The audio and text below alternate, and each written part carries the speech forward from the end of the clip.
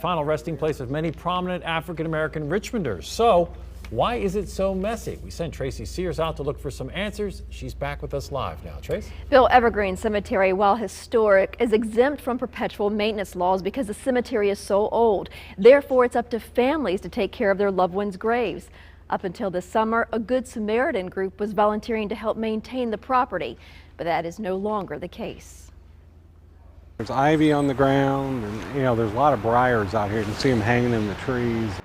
For the past 5 years, John Shuck and other volunteers affiliated with his nonprofit group have helped clean up the historic Evergreen Cemetery, a resting place for some of Richmond's most notable African Americans, including Maggie Walker.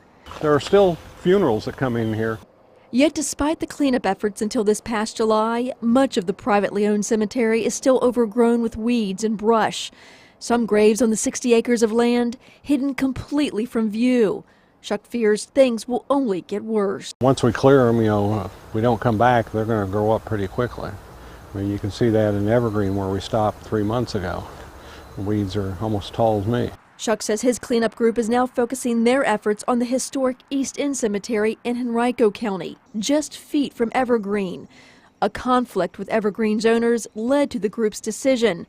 But since July, overgrown weeds isn't the only problem plaguing the cemetery. They just were all laying around here. I think there's about 100 tires right here. Just outside the cemetery's gates, the property is a dumping ground for tires, electronics, mattresses, even a couch. Just a couple weeks ago, somebody apparently backed in with a truck and dumped a load of brush. Didn't even bother to pile it on our brush pile.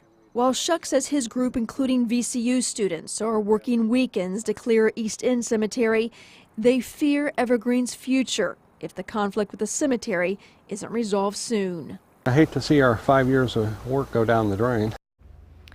Now, the private owners of the Evergreen Cemetery did not return our phone calls today, so we don't know if other groups are now volunteering in the cemetery. However, some of the notable graves, including that of Maggie Walker, are still being taken care of. Bill? All right, thank you, Trace.